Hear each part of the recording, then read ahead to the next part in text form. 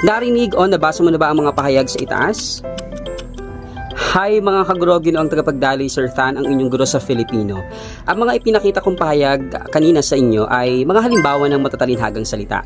At ang matatalinhagang salita ay di literal ang nais ipakahulugan nito, kundi ito ay may mga nakatagong makabuluhan at malawak na kahulugan.